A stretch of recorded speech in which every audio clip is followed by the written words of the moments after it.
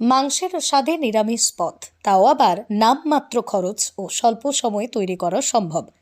সামান্য কয়েকটা উপকরণই যথেষ্ট এই পদ তৈরিতে। মাছ বা মাংসের পদকেও হার মানাতে পারে এই নিরামিষ খাবার।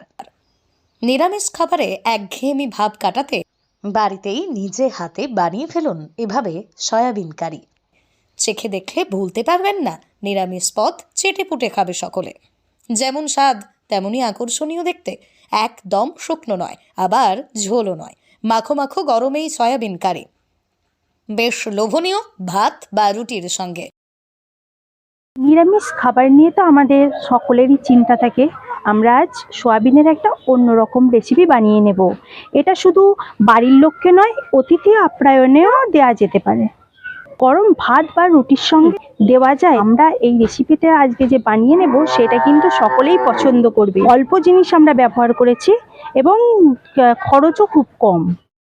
মাঝে মধ্যেই বানিয়ে নেওয়া যেতে পারে, আবার অতিথি আপ্যায়নেও বেশ জমে ওঠে। প্রথমে জল ও লবণ দিয়ে সয়াবিন সেদ্ধ করে নিন। কয়েক মিনিট সেদ্ধ হবার পর সয়াবিন থেকে জল নিখড়ে দিন।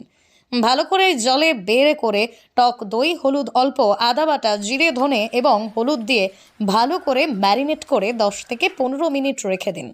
অন্যদিকে তেল গরম হলে শুকনো মশলা কুচি করে ক্যাপসিকাম, টমেটো, আদা, রসুন, লঙ্কা গুঁড়ো দিয়ে ভালো করে মশলা কষিয়ে নিন। পরিমাণ মতো লবণ, সামান্য চিনি দেবেন মশলার ব্যালেন্স ঠিক রাখতে। পেঁয়াজ দিতে চাইলে বেটে মশলার সঙ্গে ভেজে নিন। প্রথমে আমরা সয়াবিনটাকে ভাপিয়ে নেব জলে একটু লবণ দিয়ে। কিছুক্ষণ ভাপিয়ে নেওয়ার পর সেটাকে ভালো করে নিংড়ে নিতে হবে। নিংড়ে নিয়ে তাতে দই, বিভিন্ন মশলা, লঙ্কা গুঁড়ো, হলুদ গুঁড়ো, আদা, রসুন দিয়ে একটু তেল দিয়ে ভালো করে ম্যারিনেট করে নিতে হবে। ম্যারিনেট করে নেওয়ার পর সেটা আমরা কিছুক্ষণ রাখবো। কড়াইতে তেল দেওয়ার পর তেজপাতা, এলাচ, দারুচিনি দিয়ে সেটাকে ভালো করে ভাজা ভাজা মতো করে নেব। টমেটো এবং ক্যাপসিকামটাকে ভেজে নেব। তারপর তাতে আদা, রসুন এবং মশলাটা ভেজে নেওয়ার পর আপনারা যদি ওতে পেঁয়াজ দিতে পারেন তাহলে একটু বেটে পেঁয়াজ দিতে পারেন। আমি একটু জল দেব। জলটা দেওয়ার পর সেটা একটু ফুটলে তারপর আমি ম্যারিনেট করে রাখা সয়াবিনটা দিয়ে দেবো। সয়াবিনটা দিয়ে কিছুক্ষণ নাড়িয়ে চাড়িয়ে চাপা দিয়ে রাখবো। খুলে ধনেপাতা ও গরম মশলা ছড়িয়ে নামিয়ে নেব। মশলা একটু লাল করে ভাজা হলে তেল ভাব এলে সামান্য জল দিন। ফুটতে শুরু করলেই ম্যারিনেট করে রাখা সয়াবিন ঢেলে দিন।